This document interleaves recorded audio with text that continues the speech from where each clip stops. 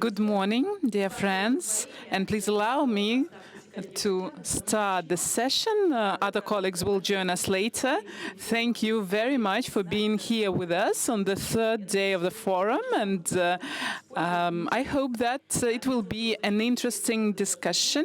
My name is Rosa Chimiris, and I'm the deputy of the State Duma of the 8th Convocation, and I'm also representing the Department of International Affairs, and I'm honored to be a moderator of today's session, and it is with great joy for me to introduce the participants. So here I have Alexei Bodaluk, Deputy Director of Asian Pacific branch of VNIRO.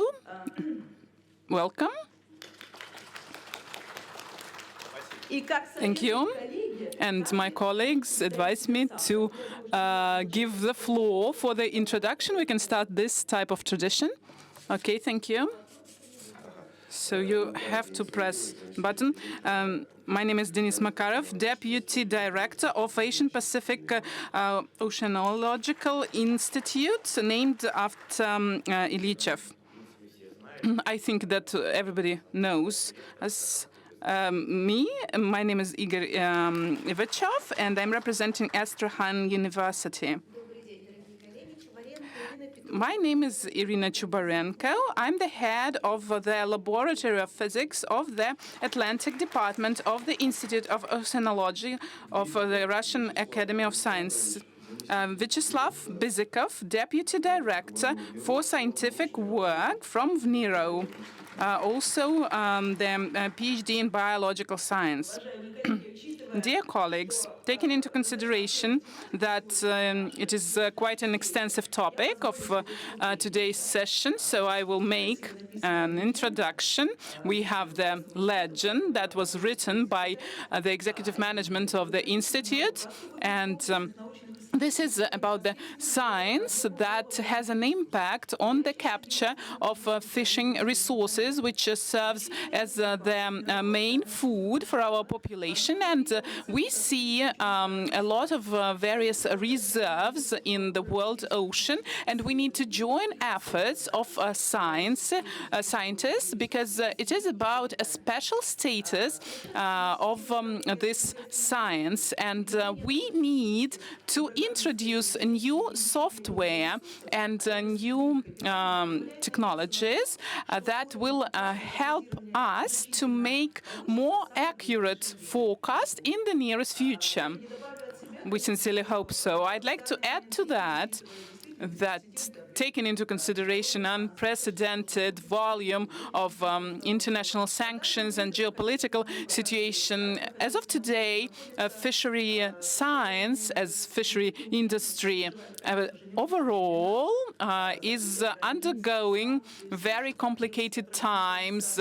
The borders are closed, and we are trying to tackle all those problems with the sanctions as well. We also face some budget constraints, and across the country, all the scientific institutions have to cut down their expenses, and the main capital that no industry can function with. And it was with dignity that we noted before our young generation of scientists, and they give the impetus to our dynamic industry, as one of the leaders of our country said that specialists are the decisive factor for the economy. So the training of young specialists is of paramount importance, and it is our priority task in this industry. Dear colleagues, I'd like all of us today to talk about the most relevant issues, to share your vision, your viewpoint, and also the way out of these situations. So a wide range of questions can be discussed as you see it. Which paths do you see in order to improve the management of scientific research, also scientific progress and its impact on the overall development of the industry. Also, let's talk about the strengthening of positions of the Russian science in the world. Also, we will talk about the overall international research of the general reserves, and taking into consideration unprecedented sanctions and overall situation. How do you envision the future of fisheries science? So it's a wide range of issues. Let's start the work. Good morning, dear colleagues. I will start. I will not be able to touch upon all the lists of issues that has been mentioned, and it would be a right thing to give the floor to colleagues to talk about other topics as well. So let's talk about the path that should be taken in order to strengthen the position of our science. So the path is the only one that can be taken, is to join all the independent institutions, building and establishing a unified system and elaborating the single state plan. It's not only about establishing a unified organization, but we are facing the deficit of young specialists. It cannot be denied. This is the situation that we have, and we do lack young professionals due to various reasons. And this age group that should be the most efficient one, from 40 to 50 years old, we do lack these specialists in the fishery science. And it is quite difficult to do all the work without their help. And of course, we need to promote the exchange and the establishment of the working groups, both in institutions and in the field. And we have some illustrative, successful examples that probably my colleagues will discuss a little bit later. It is clear that bringing together those institutions into the system is not the overall solution, but this is the first step that has to be taken, and we have to test various methods of research and to introduce more tools, and the inclusion of AI into our practice. It will help us to overcome the barriers and negative limitations that we have seen in the last 15 years. Is it good or bad? Well, of course it is good, but it is not sufficient, because every work gives the maximum efficient effect at the beginning, but then it is more about the synergy effect. I'd like to ask a clarifying question. As the head of the largest of NERO, know firsthand about the problem of the lack of specialists. So I'd like to ask you, what is the percentage between young specialists and older specialists? Well, the correlation under 40 and after 40, it is 1 to 3. And it is not a very good correlation, so there is always room for improvement. But we are very glad that people under 40, they still continue working for us. So young scientist, it is the one who is under 35 years. And let's get back to the synergy effect, and we will see some decrease in the nearest future. And there is another step that has to be taken in order to improve the efficiency for the future. Scientific schools it's not about training young specialists, but it is more about the proof of scientific theories that in 10 to 15 years will help the next generation to work efficiently. I will give you a simple example. When we have a young specialist that starts working in a research institute, they have a certain algorithm in their brain. So it's a domino, the cascade method and principle, what happens in the sea and in the ocean. So it's a kind of a primitive approach, but this principle does not work in the ocean. So our task is to change this approach. It is not about retraining specialists. Our institute provides very good, high-quality training, but we should broaden their perspective about the processes that are ongoing in a unified system in the ocean, because all the elements are interconnected. This is the most complicated part. As for the expedition, the number of expedition, it is an additional factor. If we have 100 expeditions per year, and we do not have specialists with broader perspective and the necessary expertise and knowledge, then these expeditions will not make any sense. It will not be the development of science. So we need to structure this new kind of system. We are trying to do our best in that. We have not achieved all the results we would like to achieve, and it is not as fast as we wish to do that, because it is very difficult to change the mindset. Somebody would like to argue with this speaker, please? Well, yes. You know, I'm a rector of the university, and we are training specialists for the fishery industry. And I'm quite an old man, let's say, an old man, but I'd like to say one thing. If we pay attention to young specialists, they come and they start working for us. I have 7 deputies at our university, and 4 of them, they are under 40. And it is the right thing, because it is for us to train the next generation, to prepare them for the future. Some people say that young specialists are different. They are open, dynamic, more interesting for us. I can recall the times when I was a student many years ago, and it was a shock for us when one of my friends wore shorts when he went to a shop, but it was a real shock for us. And now it is seen as a normal thing. So young people are different today, but frankly speaking, today we see that we have breakthrough changes in the fishery industry. Economy, processing technologies are developing, are changing, and we have this water reform ongoing.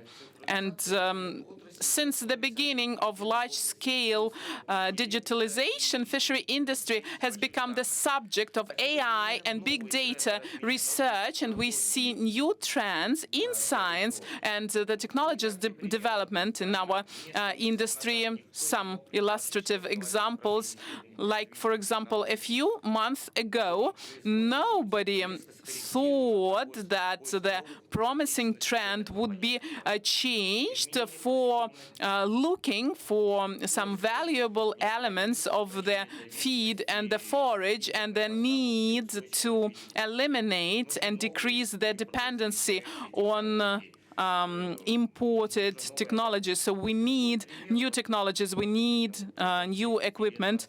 And another example, about 30 years ago, when fishing reserves of many regions used to be quite rich in the Volga and the Caspian region, and the main areas for development was to develop the capture and the breeding and cryoconservation and genetic research was not a relevant topic back then. It was not interesting to do that, and we need to understand that it was not seriously perceived. But now these types of studies, the basic research is quite interesting for many stakeholders, and it is a historic fact that the fishery industry has been perceived as an auxiliary science. And I can recall the times when I was young, about 20 years old, and one of the specialists of the industry was saying that our industry was lagging behind like 20 or 30 years compared to agricultural science. So we took methods and we took the tools of the classical science and tried to use it in the fishery industry. And it was a dangerous threat, a dangerous trend, and that is why we were lagging behind. So when analyzing fisheries science, we should bear in mind that there are many options in the applied science. So the problematics of the research is being generated by the science itself, and it is a sad thing to say. We should not be hiding in the fisheries science. We should carry out the fundamental, the basic research, because it is high time we did that. And the rhetorics in structuring, in building a limited sector in the fisheries industry is not a correct thing to do, because it is about the boundaries of the use of the results. So I see it like this, the key phenomenon, and it is I even fear that. No, we are not afraid. Irina is smiling. There is something to be said here, right? What about the new challenges? Well, we are ahead of many countries. But you should agree with that we do not have anything new. It was like the times of the Iron Curtain back then, in the times of the Soviet Union. I do not completely agree with you. There is a part of what you are saying that I agree with, but academician Gogolev, in his time, he did not live up to the time to discuss that, but he used to say that, and I was young back then, so he said that his laboratory was 2 times worse than foreign laboratories, but we made better results thanks to the specialists. We have the imagination, we have the knowledge, and we do work efficiently. It's an important thing. And as for the younger generation, 30 years ago, to become a postgraduate student, we did not have such a high competition as we do have today, and it is good. Young specialists are becoming scientists, and it's a very good trend. And of course, we have doctors of science among us today. Dear colleagues, I'd like to ask Irina or Igor. Thank you. Rosa, I would like to talk more about how we can attract and stimulate the interest on the part of young specialists. But if this work is prestigious, I can recall the times of my generation. I started studying biology because it was a prestigious thing to become a scientist in the Soviet Union, and the prestige of our scientists is still quite high. So young specialists will become scientists when we have the state-of-the-art fishery ship. ships. Well, they promised to give us that. Well, yes, the promise was given, and they are being built. And when our institute has the new ships, and we will feel the spirit of some long-distance expeditions, and there will be people who will be interested to take part in them. And new things allure young scientists, and our science is using the most state-of-the-art developments. We do put that into practice for practical purposes, and later on I will show you that in detail, the population, how we study that, and these are the most state-of-the-art technologies, like, for example, the unmanned aircraft and drones, and scientific substantiation, and we are broadly using the neural networks and artificial intelligence, and it all attracts young people, and the head of our country sets specific tasks for us, and I am quite confident that young people will come to us. Yesterday, an agreement was signed with a large company, Vestelink or Betterlink, Vestelink, and they do their AI systems, and also they develop a big data system. And what is the timeline? 3 to 5 years? Yeah, 5 years, if I'm not mistaken. And I think that this topic will be evolving for a longer period of time. We sincerely hope that this will happen. And Irina, what is happening with young specialists in the industry? I can say that they are highly motivated. If they come to us, they really want to achieve a lot. And I would like to touch upon the stance, the position that we have. They should be empowered and entrusted with the responsibility, and of course, they should be challenged. And it refers to the research when the output is not known, but they should be empowered and to be responsible. That's the position that we have, and we have a lot of youngsters coming to us. Well, it's very pleasant to hear such kind of optimistic response, and it is worthy of big applause. And can I give floor to your colleague who hasn't received the chance yet to talk? Yes, we have been talking about how to attract youngsters and maybe providing accommodation to them, good wages.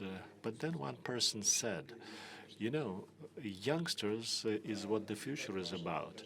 And he said the current level of wages is not important, and the accommodation is not important. Of course, the young people tend to get married, but what is important is for them to have an interesting work, and they should be aware that eventually it would result in great results in the achievements which would provide the social status and the prospects. Bright future, bright prospects is what attracts youngsters. It's not the current level of the wages, but good prospects. Of course, you cannot buy youngsters. So the interesting work, that's what attracts them. And the people who are interested in work, they still should have some kind of household issues addressed and resolved. Don't you agree? I agree with everything that is being said over here, but much depends on the priorities that a particular person has. That's what is important.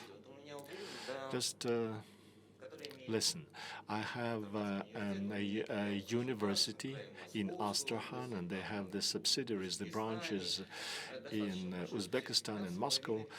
and there are 15,000 students studying in all the branches. And in Uzbekistan, there are two courses only, but there are more than 2,000 that study in the branch, in the affiliate university. And much depends on what on goal setting. If person just studies only to get a diploma, but many students study thinking about the future, to ensure, to provide for the future. Even the students from Uzbekistan, yes, they want to gain knowledge that would enable to be a bread earner for their family in the future. Much depends on the priorities a particular person has, and many people see different future for themselves.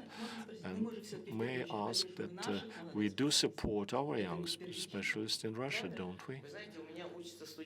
I have students from 57 countries of the world. And everywhere they are the agents of our culture and our knowledge. Some years ago, I came to Hanoi, invited by the Minister of Agriculture. It was quite a difficult flight from Astrakhan to Moscow, then from Moscow to Hanoi. And my graduates meet me, and they said, today we have the meeting of the graduates of your university. And there were people over there aged from 70 and below, and they got ready and they prepared for the meeting with the president of the university that from their alma mater, and they said, we are grateful for the university that gave future to us. So they were grateful. We are grateful for our education. We are grateful to the Soviet Union education that guarantee, that provide assurances for us. As a legislator from the Far East, and there was an award ceremony yesterday, and there were a lot of youngsters from the Far East, and they were enthusiastic. And they are absolute altruists. They are the professionals who have belief in their work. It's not all about money. It's about their calling and money as well. They can earn money using their head. And that's the situation, that people can earn money indeed using their brains. And that is good, but the colleagues in the conference hall understand as well that we can praise the Soviet Union, but now the situation is different, and too bad that we do not have the boys and girls who were present at the awards ceremony yesterday, and we'd like to receive the feedback from them, for them to think what should be the priorities for the varsities. But anyway, another questions. What are the modern trends of the development of the fishery industry? What do you think you should make better? What you should avoid and scrap? Let me have a say. I represent a group of scientists after the member of the Russian Academy of Science, Mr. Sergei Pransik, and they are pioneers of a new method of increasing capture. And the pioneer, the leaders still in the world, still are, and there are the other followers. And we should understand that there are good ideas that they have formulated, and they will be used by the business entities from the other states, from the other countries. From what? From those that can master them. And then we will be buying their software products, so we will be using their data. And Which countries? I think any country. It is Western Europe and the US and China. And that's what I mean. I wish our state-of-the-art developments should be commercialized. That is important. Let the other countries buy the results of our work. In the Far East, there was quite a scandal when Japanese were invited to develop the strategy of the development of the fishery industry. And I have diplomatic background, and I know that some time ago, for that kind of activity, the responsible could be shot by the firing squad. And right now, what is your attitude towards the situation when for the past 25 years, the regions of the Far East, China and Japan, for example, with all the difficult geopolitical situation they are prepared to take part in the classified work on the development of the strategic objectives, the foreign entities should not take part of them. At least it was not allowed at the time of the Soviet Union, when the strategic documents should be developed only domestically. And this particular experience that I have referred to was considered to be a failure, and all those responsible lost their work. So how do you take it? So let's divide your question into a few. What's my attitude towards inviting foreigners to develop the national strategies? Negatively, we should not. It's not allowed.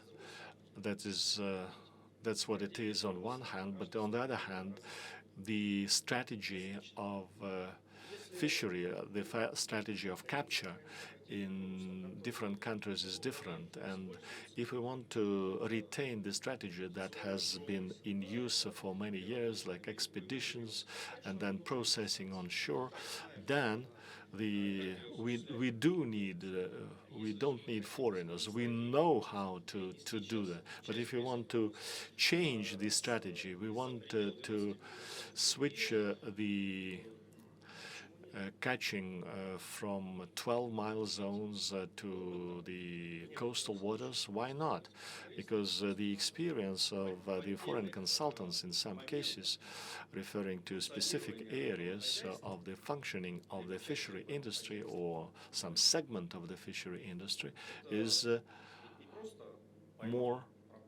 It's more than we. It's not just catching and selling, it's processing, supplying it to the market. There are different other processes.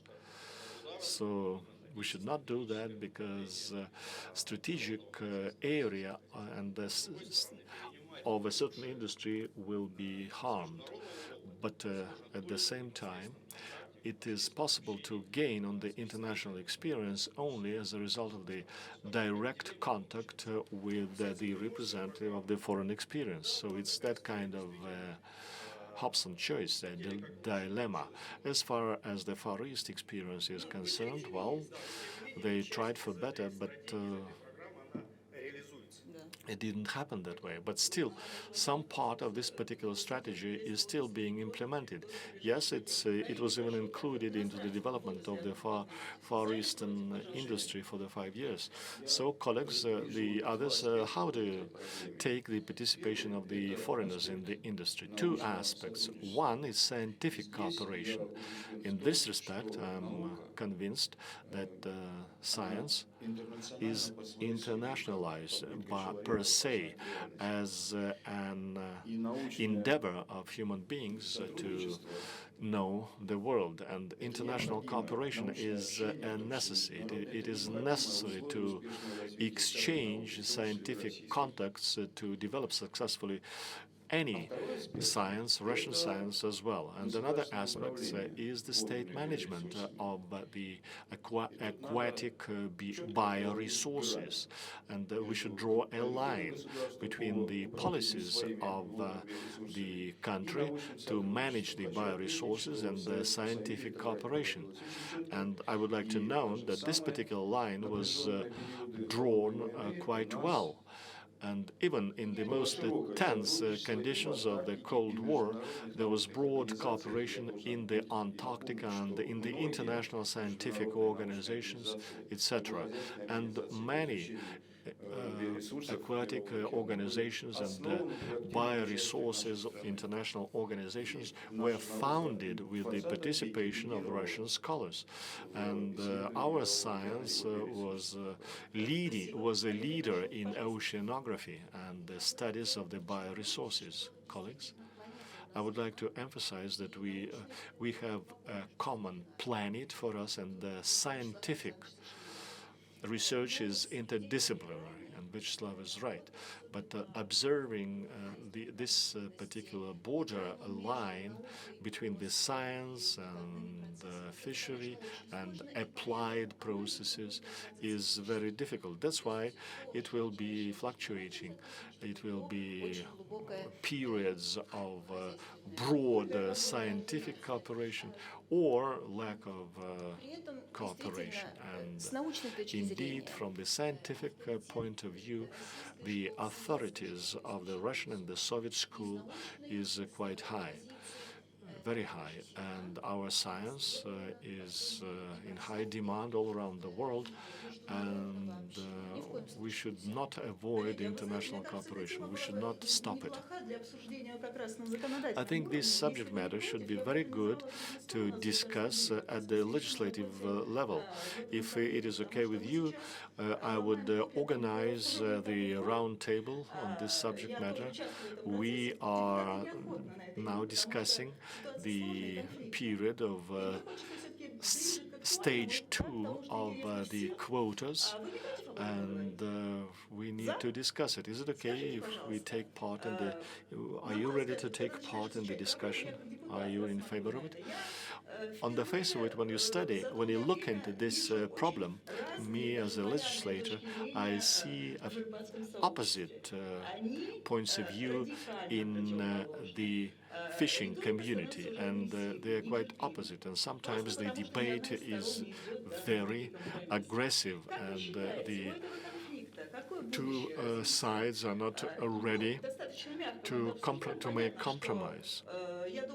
What do you think is the future of this thing? The discussion will be quite long, and the new participants will join the debates, and they will be looking for their own way to overcome this situation. But the deputies at the moment are of the opinion that we should maintain the dialogue with all the industries, and we are staging public hearing. It will take place in October. I will inform you additionally, and we are interested in your point of view. So the second stage of quotas, what will happen?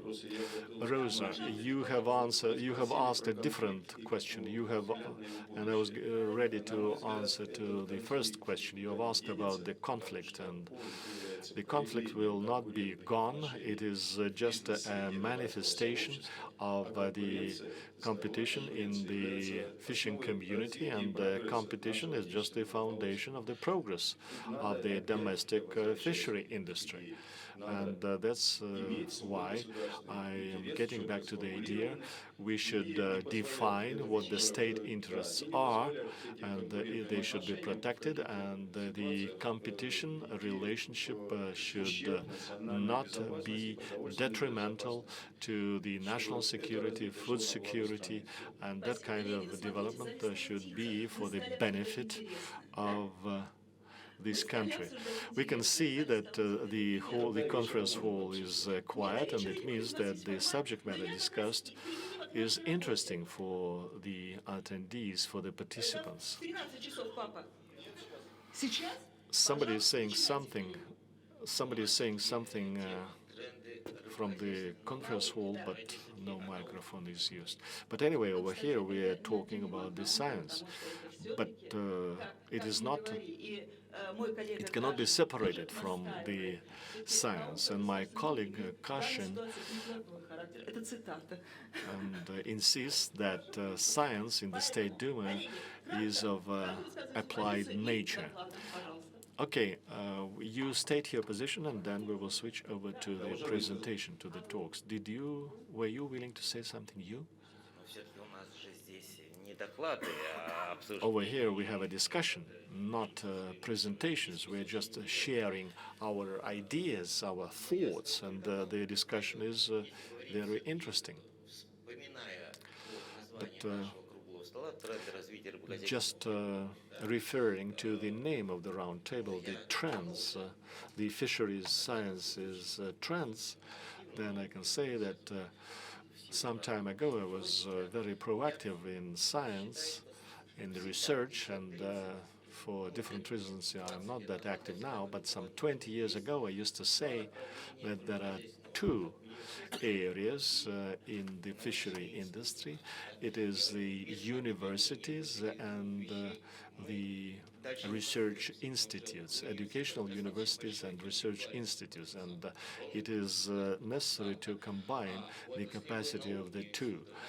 The universities has a high brain potential, and the industry research institutes have a very good scientific infrastructure, and the two entities have been developing in parallel on different routes. It is necessary to merge. And I had a discussion with Kirill the other day, and we have discussed it that we should have a scientific cluster under the auspices of VNIRO. I don't think the universities will be against it. Yes, but the money has been allocated, and like millions of rubles have been allocated for all the merger plans. Yes, I'm ready to receive it, but not yet. Well, but promises have been made already, and the promises are also important. I'm past. I will never see my 60s again, and I've been receiving promises all those years. The road to hell is paved with good intentions. So let's move to the report. Let's get back to the classical discussion. So I'd like to ask you, dear colleagues, what do you think?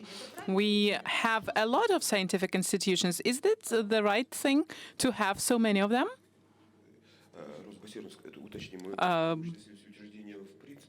Do you mean these scientific institutes in general? No, only in the fishery industry. There are not so many of them, I think. Then, why this question was sent to our email?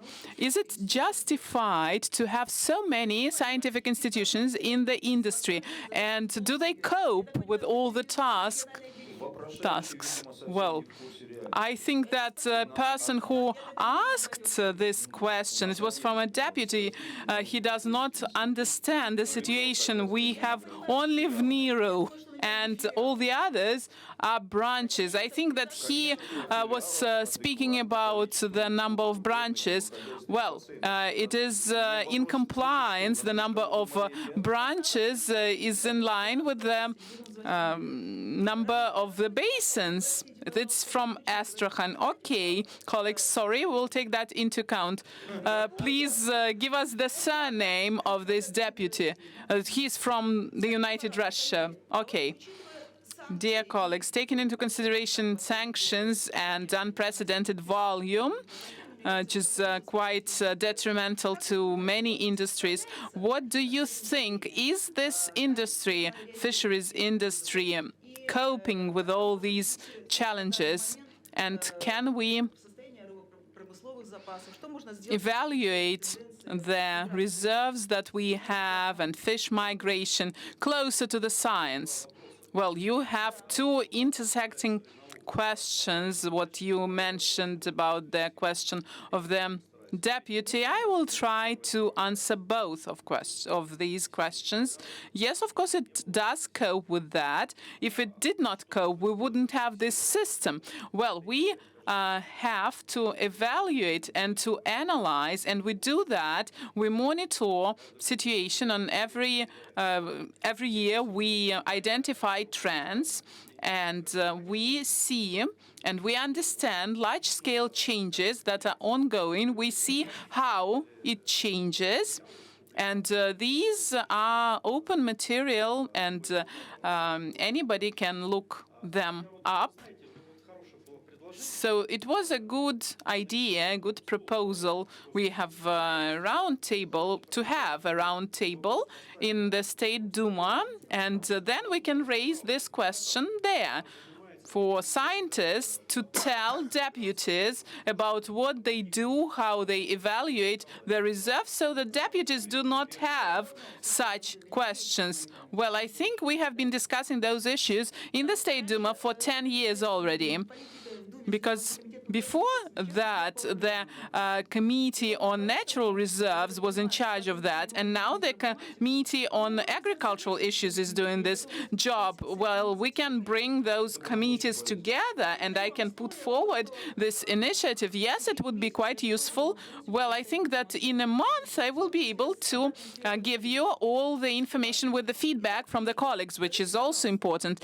Dear colleagues, getting back to our reports, so the ways to increase the efficiency of fisheries research management. Who would like to express his or her viewpoint? I would like to say on the part of the academic science, as a representative of the Russian Academy of Science, I think that the most important thing is to cooperate in the interaction, yes, between the fundamental basic science and applied science. Because if we do not interact with the representatives of businesses, we will not be able to achieve results. We need to set specific tasks, and we need to understand what businesses need. But business is putting forward some initiatives. Isn't that right? No, I don't think so. Many people are used to specific way of work.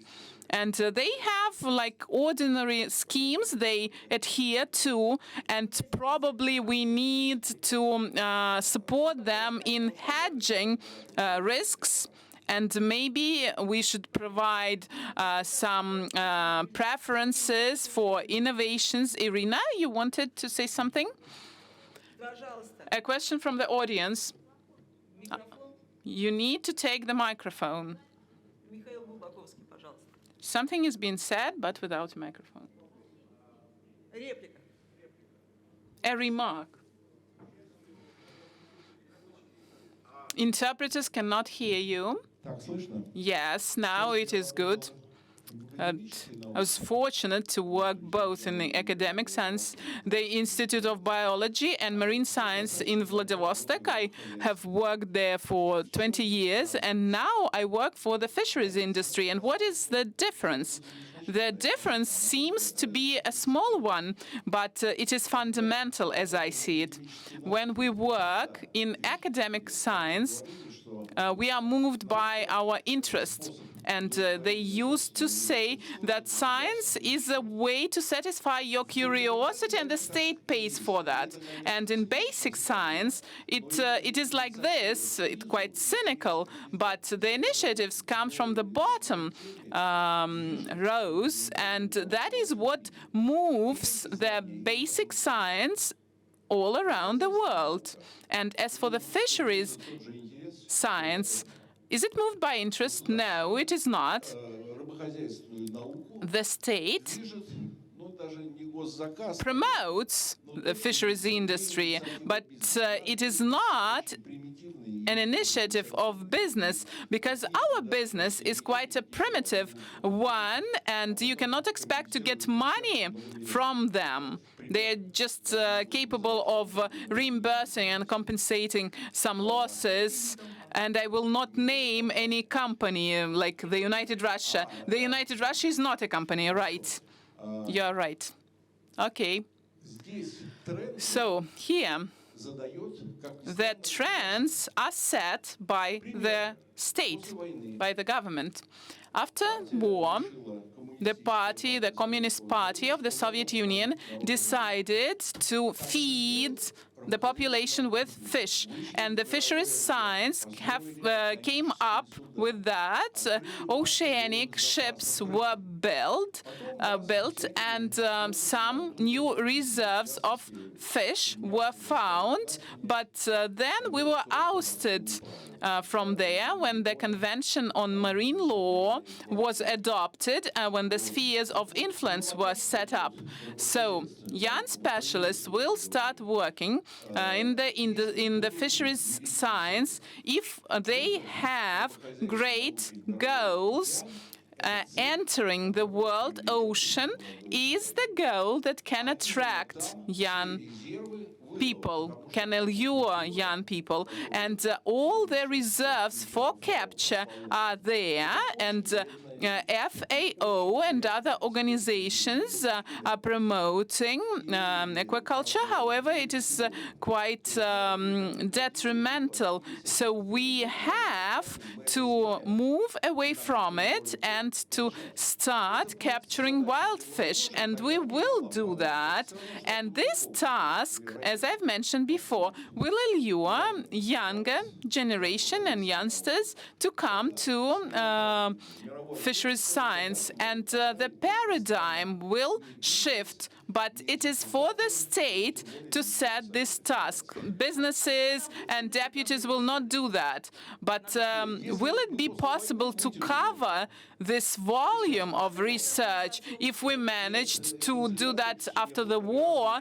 But there was a consolidation of the population, and the population was brought together. Well, the government set the task, and it was executed. Well, talking about the auctions, and that people of businesses are playing in their sandboxes, just playing around. With all due respect to Mr. Globokovsky, I do not completely agree with him. First of all, one bullet point that I don't like: the concept of the fisheries science. There is no such concept. There is science. Science of Russian fisheries. Something is being said without a microphone. Well, we always say that, but it does not lead to anything. Let's not think that we have fisheries science. There is a subject matter of the research, and we should view science as a general thing. And without aquaculture, we will not be able to survive. You have to understand that. And this is an international, a global trend, and we will move forward in this direction. I don't know. Saying that young people are not interested in science, it's not a correct thing to say. It never was a great interest. Back then, in the times of the Soviet Union, let's recall that. About 5% worked in science out of all the graduates. It was a good percentage, and now we have the same one. And another thing. So I was 36 when I became a doctor of science, and I used to be very young. Now it is about 32 or 33 years old. There are more opportunities now. You have to understand that. Sorry. Well, you have the right to express your opinion. I'd like to ask Irina, who is smiling.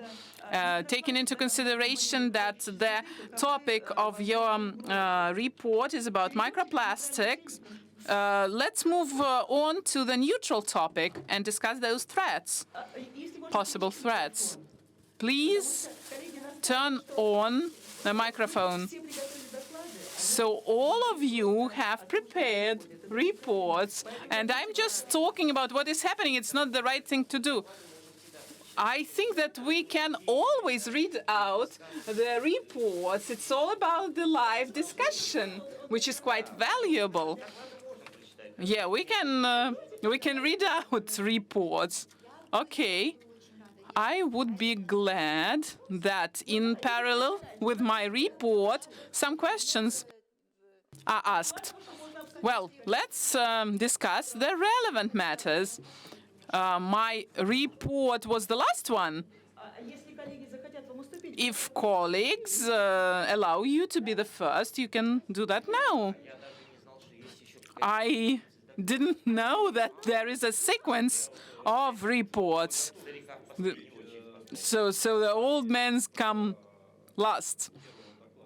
So the first report can be delivered by Irina. Yes. Could you please show my presentation?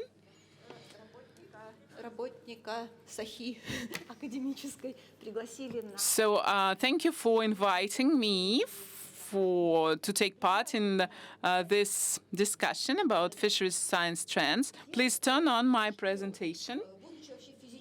So as I'm a physical oceanologist, and I'm the head of the Laboratory Institute of Oceanology from Kaliningrad, and about 8 years ago, we started dealing with the problem of contamination with microplastics.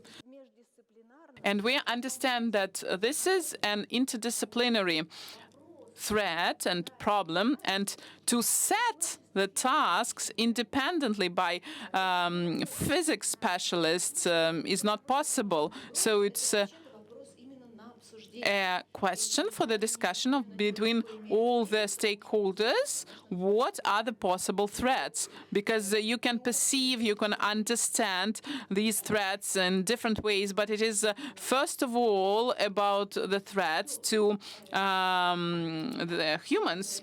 So, small introduction, brief introduction. So, a scientific person tried to produce synthetic polymers in the middle of the 19th century. So some experiments were carried out. They produced polymers from various substances. And in the mid-20th century, plastics, synthetic polymers, were already massively used. And the beginning of the plastic era is in mid-20th century, when huge numbers of furniture, items of furniture were produced, manufactured from synthetic materials. Before that, it used to be natural materials. And now, in 2022, plastic used to be called the material of the 21st century, back then in the 20th century. And now we're dealing with the consequences of the use of those materials, and about 370,000 tons of synthetic polymers are now manufactured. And if we calculate it and divide that by people living on the Earth, we will see that we are manufacturing a lot. And as for the recycling, it is about only 2.5% of overall volume of the plastic that has been manufactured.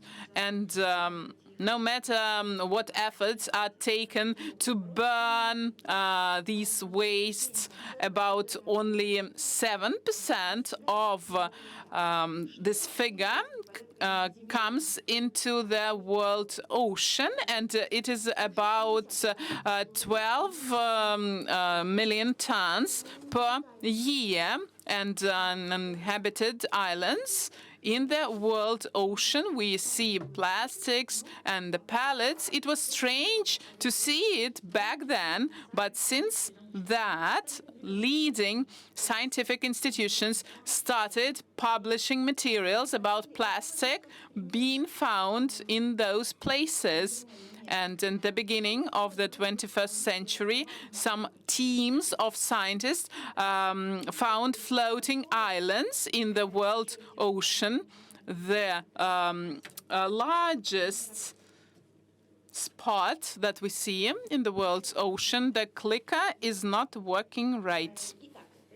So here we see a beautiful picture on the left, and it shows you the turnovers in the world ocean, and that was the highest concentration seen by the researchers. And we see the little sport. It's about Spain's or Portugal's territory. It is not purely plastics, and it's only a floating one. But researchers who studied it, they said that it was a frightening image that you see there. So the problem is there, and it was difficult to evaluate the volume, but we do see that it floats there, less than 1% of everything that was thrown away. And what about the rest of it? It is somewhere there, and the teams are trying to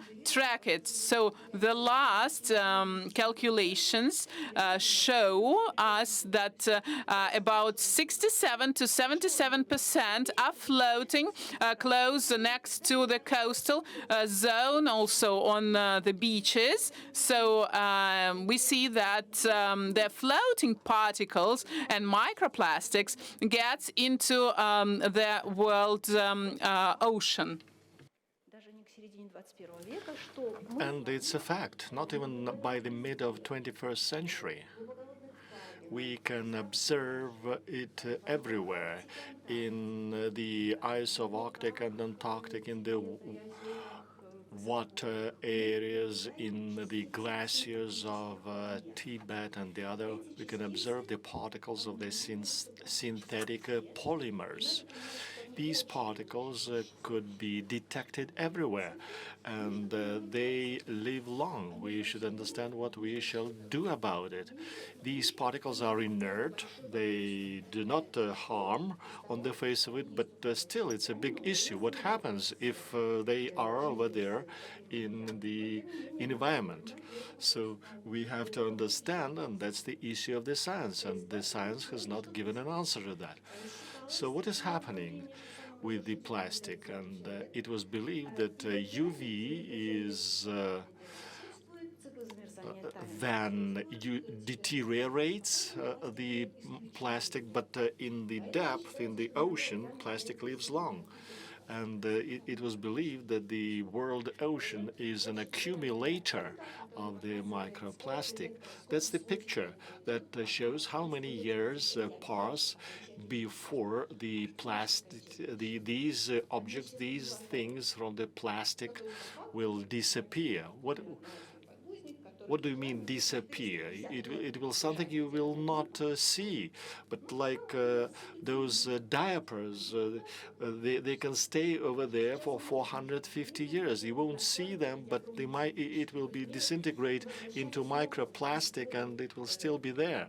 Because right now those particles are not disposed of, and they are not collected, and they are not recirculated. Here is an interesting picture at the bottom. It shows what is happening with the plastic. And the top line, like the plastic bag, the ocean would destroy it. It is turning into fragments. And this particular equation is being discussed by the science. But the other element, the follow-up elements of the chain call for our attention. And it is necessary to have an interdisciplinary research. Chemists, biologists, material science specialists, etc. It is estimated that any surfaces in nature is a surface for life. And in this case, plastic indeed has been absorbed by the nature as quite a hospitable. There is a growth. First, there's protein from microorganisms, then there's algae over there, and it is light. It is carried by the currents, and it is being transported long distances to the other ecosystems. How important is it? How important it is for the specific bodies if one organism becomes and turns into another ecosystem. And that's the question for the specialists of the particular branch of science.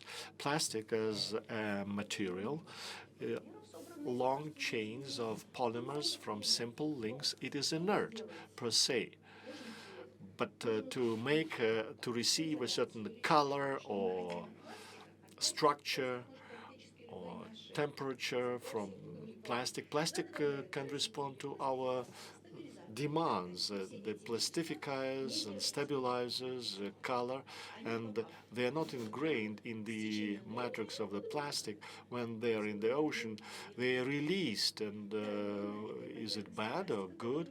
And then the surface of the plastic becomes rough, and there are elements of there are chemical elements from the environment, like toxins and pathogens from humans.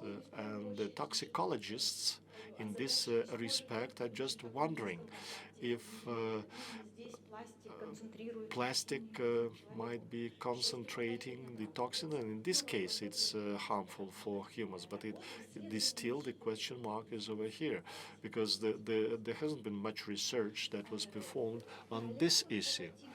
Then, going down the chain, the picture, two bottom lines, is a matter of the research.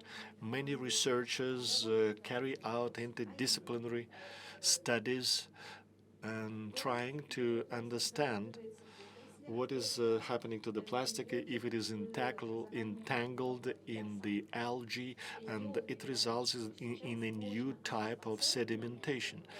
And scientists are saying that people can track the new stage of anthropocenosis, and the sediments show that that's when the Anthropocene started. So the algae will help the sedimentation.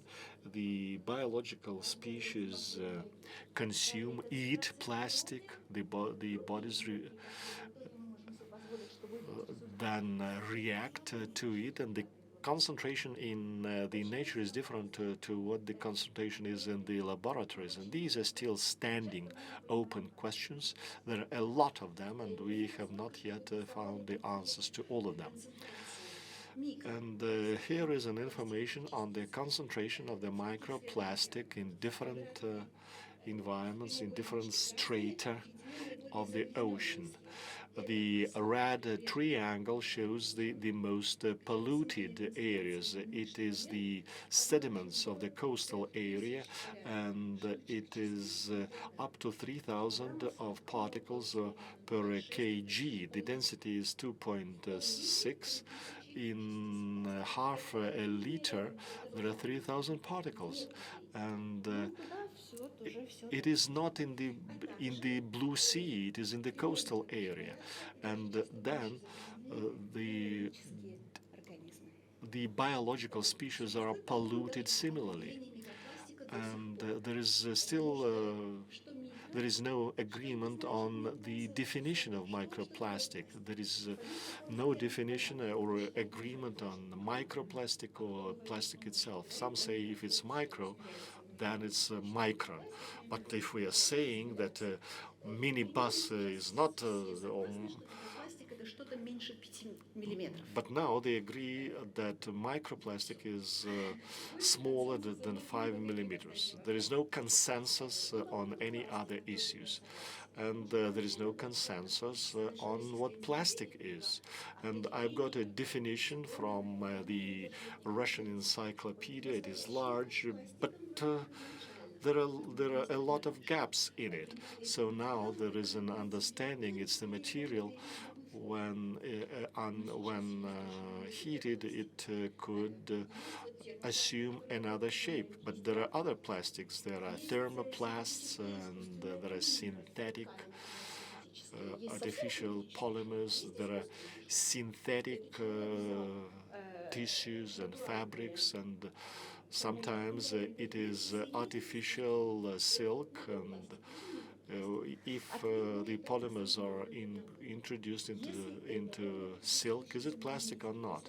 And only biology can give an answer. If it is a long-living pollutant and if it is harmful to the living bodies, then it is a plastic. And you know, Alexander, your colleague to the left, he is just deeply immersed into your report. But we will have to understand that it's not the scientific conference over here. And we have to understand that indeed the format of the discussion is different. And these are not, it's not a scientific conference, and anyone can talk at length about the subject matter of their research. And right, and that's why I have suggested that there should be a discussion. If you please, Irina, please give time to the other colleagues to have their say. No microphone. And the very last slide, the reason why I made that kind of presentation, that the reason is that I was prepared to answer the questions while we are discussing, but I can get to the conclusion. We have tested all the statements in the Baltic Sea. So the omnipresence of the microplastics has been confirmed by the survey. But what is the level of pollution? It fluctuates. Is it important to know the number of the particles or the mass of the plastic producing toxins is important? And there are different methods to study it, because all the scientists make use of their own methods, but this is science, and to make conclusion, the scientists should agree on the methods. Then threat, hazards to living bodies and the equilibrium of the ecosystems. What threats? How big? Not clear. Over the 70 years of the plastic era, the microplastic reached all the regions of the world ocean. But how? What are the processes and mechanisms? But right now, we have qualitatively reproduced the transfer and accumulation of the floating microplastics in the centers of the oceanic circulation. And that's why we need to develop some kind of insights and to understand what is important. And the research of microplastic has not yet defined the problems, the scientific problems.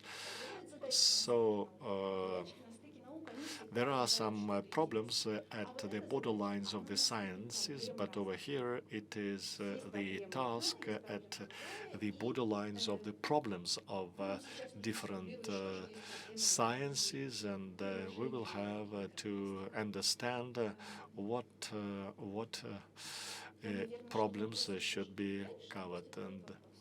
And I'm just asking for a question, what shall we do further? But let it be a question. That's a general question, and it's very specialized and a rhetorical one. If you have any questions from the floor, please ask Irina, and If not, we will continue. Нет, несут Just for микрофон. time. There is a microphone on its way. У меня тут два вопроса на самом Two деле. Я questions. слышал такого рода доклады, я слышу уже далеко не в первый And раз. it's not for the first time that I listened to that kind of presentation, and I heard it 10 years ago, so it's not a novelty. And all the presenters show the table of deterioration. But did any of the researchers would be able to find the diapers 10 years old? Let us understand that it's not a scientific conference over here. But what I mean, is there really a problem? Is this problem realistic? How real is it? They find the things in the centers of the circulation of the ocean, and they believe that those that are 10 years or 5 years, they are in the coastal areas. Пластик все-таки в океане есть. So there is old plastic from the 80s. Yes, indeed, there is old plastic from the 80s in the centers of the oceanic Ну, я ни разу не видел такого circulation. В токсикологии есть какая-то And характеристика. there is such a feature as a toxicity, like sea concentration that can kill 50% of mice. Did they study toxicity of the plastic? There are a lot of research, but there is no final conclusion because the concentration in the ocean and in the laboratories is quite a different matter. But at least for laboratory concentration, yeah, there is something for the laboratory, but it is one thing that a living body is eating something that it should not, and then different genetic changes in generation 5. At this moment, there is no information whether it is harmful and not. They are observing in the laboratory, but the data is still little. Okay, and since the panel is interested in the discussion, exchange of opinions, and but thanks for your presentation, and I think that kind of enthusiasms. Enthusiasts are the backbone of the science, and we have a very good team, a lot of youngsters. I'm happy. It's good that there are those behind your back. And your colleagues wanted to have objections or what? This morning, I had a discussion with one of the Arctics specialists, and he said that there is plastic in the Arctic, but all the MP in the Arctic is produced in Russia. It is not from abroad, and it is however, it is an indication that it is an international problem, and so the fish that is caught in Russian waters originated from different countries. And we had a problem in the Far East. The Chinese tourists would be coming as tourists to Russia, and they were polluting everything. And then the responsibility was taken up by the Russian authorities. And the scales of this problem is unpredicted because the Chinese tourists produce a lot of garbage, more than anyone in the world. But we have been talking about the science trends and young specialists, and I would like to know your opinion. What areas our young scientists of NERO that are high in demand? Aquaculture, processing, fishery. You cannot actually define an area. Everything depends on the brains of the sciences. And if the person is clever and smart, and if the person has high intellect, he will be in demand in any sector or industry. So it's not you cannot correctly define, because there is a fashion, and it is cyclical. There were time when all the bright brains would like to become legal specialists, and then the doctors, and then some different type of specialists. And much depends on what person is interested in.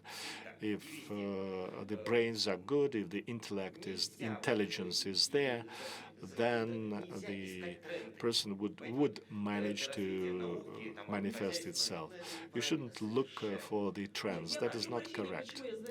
I apologize for giving that kind of questions, but I only because these are the questions from my colleagues. Пытаясь создать диалог, о котором мы говорили, который важен. I'm just trying to spur up a dialogue that we have referred to. It's a preliminary situation. Пожалуйста. I apologize for my intervention. I interpreted your question differently.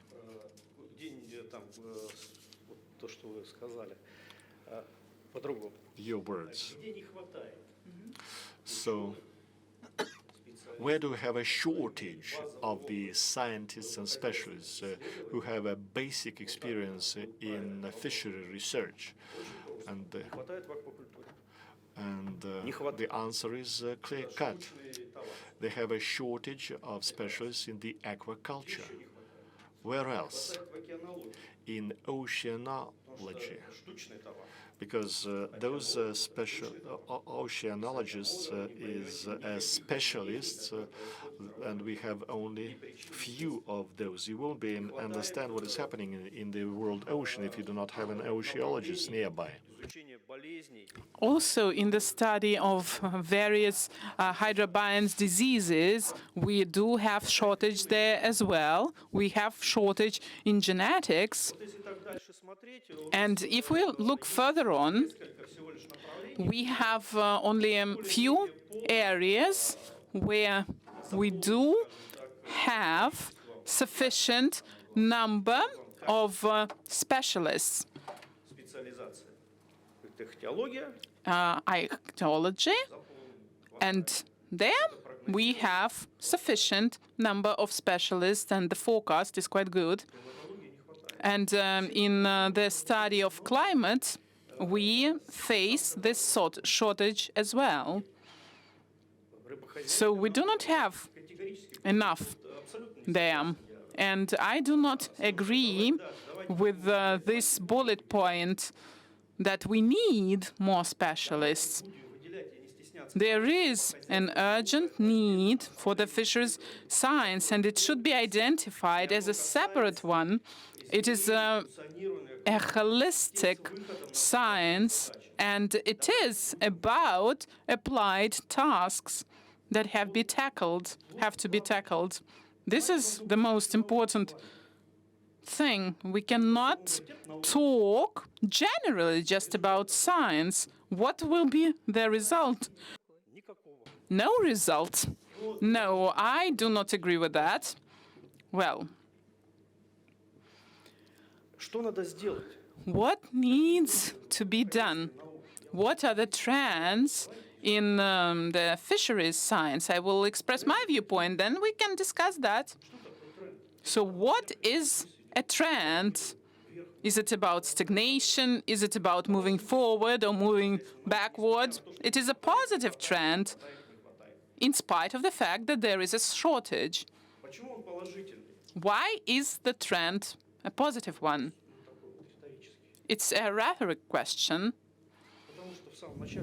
because at the very beginning I mentioned that AI is being efficiently introduced, also digital methods, because we are building together, consolidating the areas of the research. That's why the trend is positive. But where should we be moving now? Into the world's ocean. And I don't agree here with my colleague.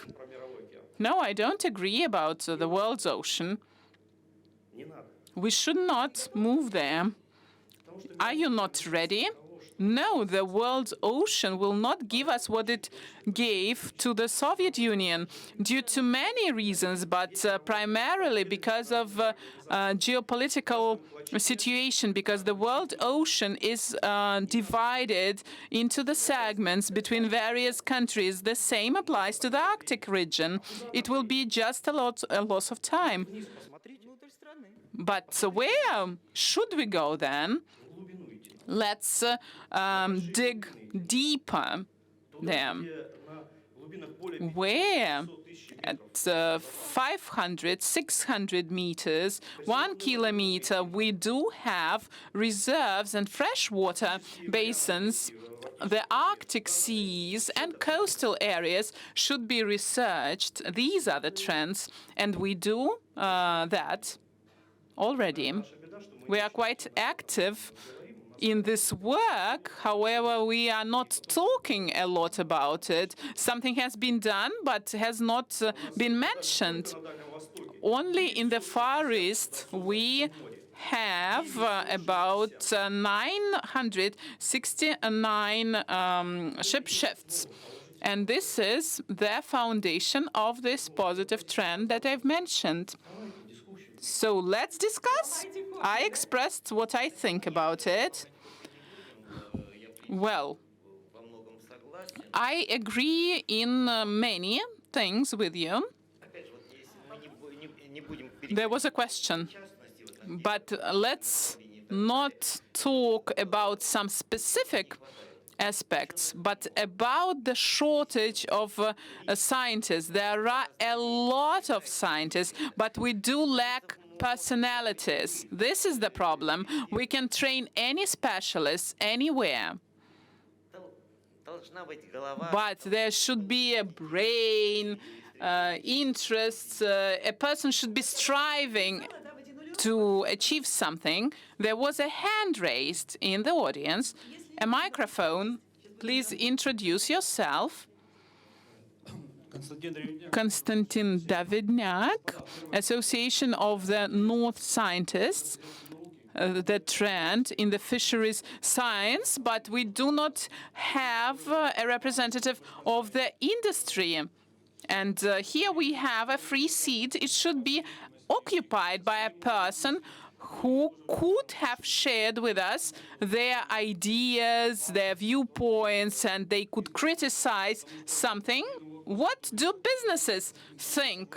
With Mr. Gluchovsky, I do not agree as well, either. And business functions according to the laws that have been established. Nobody wants to pay for something after all the obligations are fulfilled, after the taxes are paid. And for that, they would like to get all the necessary information. I agree that there is a specific type of science, the fisheries science. I worked in it, and trust me, when people catch fish and they use scientific recommendation and they are being told that this is your quota, and this is not an efficient conversation in Murmansk.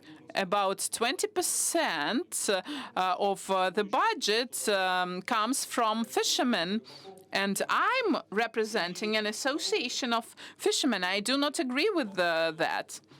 And the second thing, we should not be entering and moving into the world ocean. Probably we should not be doing that, but we should preserve what we already have. In the northern basin, we are losing the Nafa region, and we need to preserve what the Soviet fishermen have gained. Thank you very much. Thank you for your comment.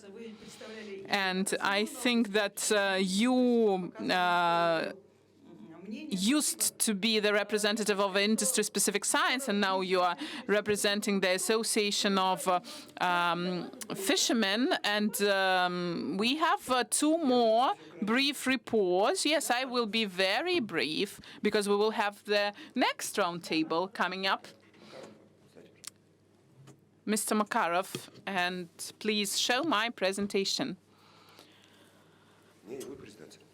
No presentation. That's a pity. Okay, I can do that without presentation. Well, a professional can do that even without a presentation, especially a brief report. So Oleg mentioned quite interesting things. Well, business is expecting that the state will pay for their research. And there are specific things that businesses need. And based on my experience, I'm responsible in our institute for contacts both with businesses. And sometimes people do not understand that science costs a lot of money, like serious science. It's very expensive, especially if we talk about a large amount of expeditions, not only modeling and simulating on a computer, but when you have to go to the sea. So I think that there should be a state policy in place. It's about investments, about innovative products and things, and we need incentives and preferences for that. So I can actually finish with that.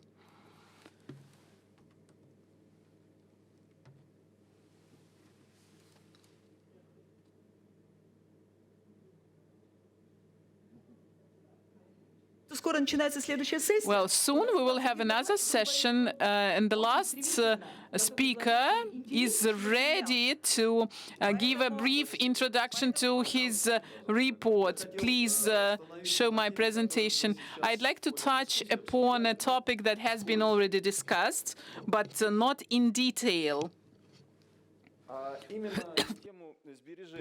So, the preservation of water bioresources and also the restoration of that.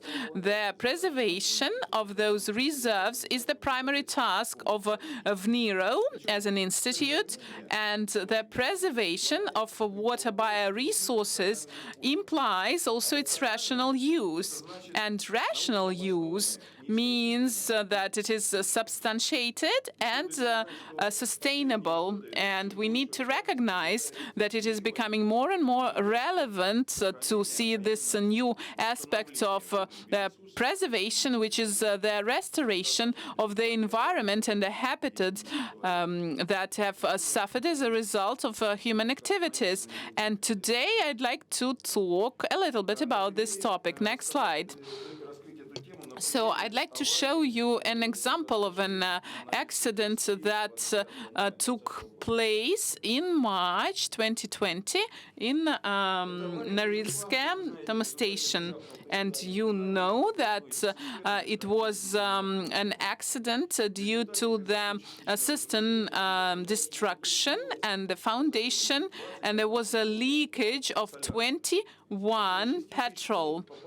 And about 600,000 tons got into the soil, and then into the river Daldikan and river Ambarne. And the scale of the catastrophe was such that Mr. Putin declared emergency situation of the federal level there, and measures were taken. So the fences were installed, and a large portion of fuel was stopped by that, but then it flew through the Ambarne River into the lake. And back in 2020, we needed to identify the boundaries of contamination and the impact it will have, and also the damage and the scale, whether this oil got into the Karska Sea.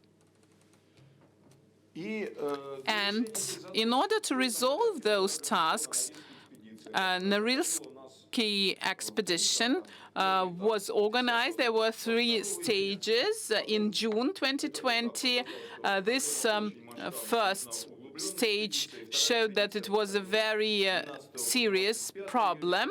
Another second stage was carried out in July, about 900 kilometers, including 2 doctors, 11 PhDs, and all other specialists were brought together from various branches from the southern part of Russia, and they traveled to Norilsk. The next slide, please.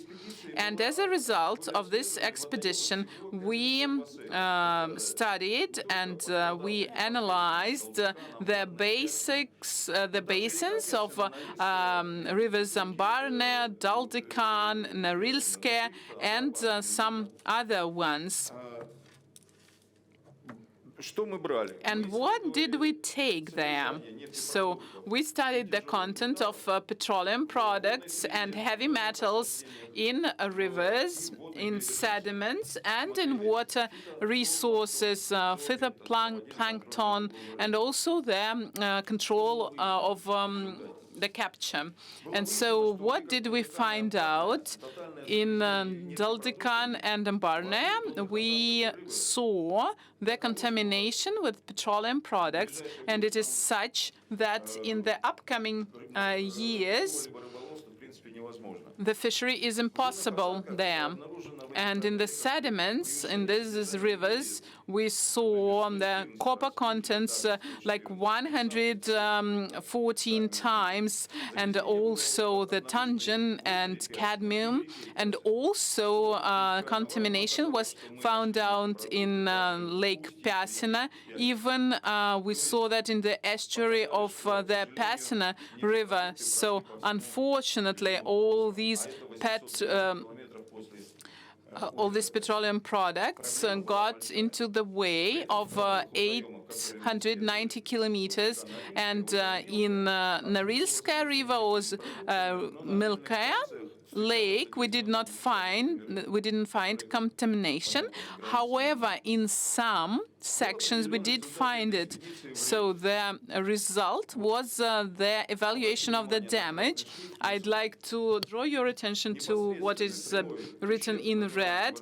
The direct damage to water resources is almost 9,000 tons. It's a very huge amount. And what is to be done? That was the question. So the results of this expedition showed us another problem, that a significant amount of the resource, the fish, has not perished, but it has been contaminated by petroleum products. So it went into the tissue, and then it can be transferred in products, can be transferred to a future generation, but it needs to be additional studied. So we saw more questions than found the answers. So it's a huge problem to be tackled. How can we do that? This slide shows you that the Pasina Basin that suffered as a result of this large-scale accident, it used to be very important from the fisheries point of view, the development. More than 1,000 ton was breeded there back in the 1950s. Different species like sturgeon, pike, and others, and up to the very recent times, 2019, it went on. However, it decreased up to 350, and that was due to economic reasons, because it was a remote territory. So we started the with Norilsk nickel. It was a very complicated one, and we signed an agreement with Nornickel, and they've undertaken the obligation to reimburse the emergency damage that was quite huge. But how can that be done? The forest can be burnt in one day, but to grow it, you will need decades. And as with the water systems restoration, we face the same problem. According to our scientific estimates, we will need decades of efforts and scientific research in order to restore the resources. But we've demonstrated that it is actually possible to do that. And in the framework of the agreement and gradual restoration of the territories that have suffered, we divide that into 3 stages. Each stage has its own goals, and if they are executed, then they will lead to total restoration.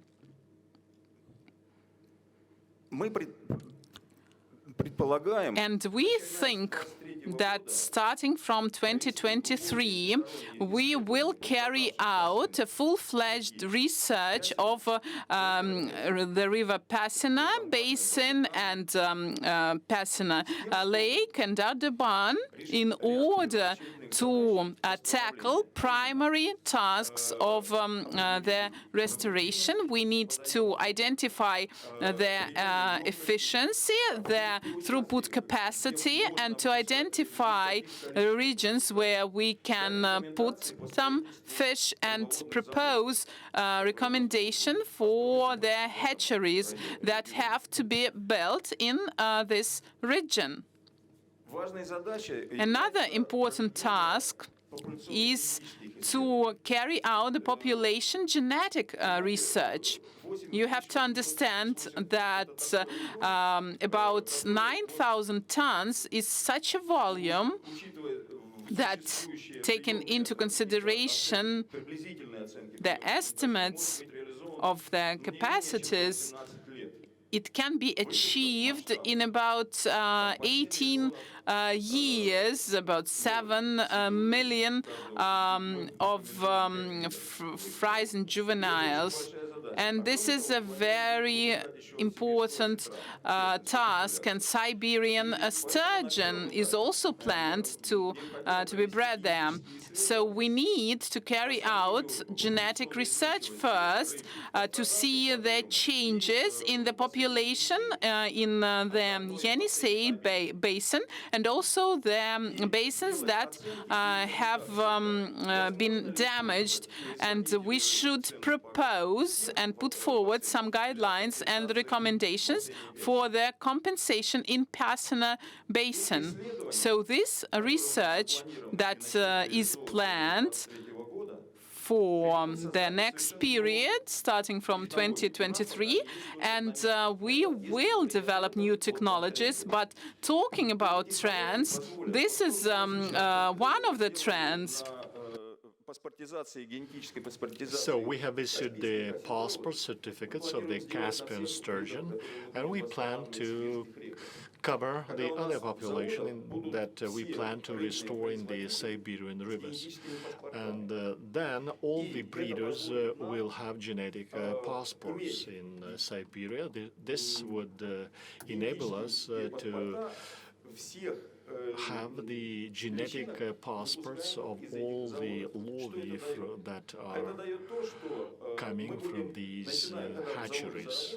So when the hatcheries start working, and we give them the recommendation for the operations, we will keep performing the monitoring of the affected water bodies, and we will be able to differentiate between the wild fish and the one that was found in the hatcheries. And we need new technologies for that kind of monitoring, and this technology includes the acoustic scanning. It is using drones to analyze and process and store big data. We will need big database and that we are developing now. It will be necessary to do the remote probing, and AI systems will have to be developed, and we are doing that and used. As a result of all this work for the period 2050, we will fulfill it. But as I have mentioned already, it is very easy for the trees to burn down. It is very difficult to grow it, similar to us. But we are planning to recover the potential of this region, which will make it possible not only for the indigenous people to do fishing, but to recover the commercial fisheries. So, but what is actually the Norilsk expedition of Vniro? It is the site for preservation and rehabilitation of the water bioresources.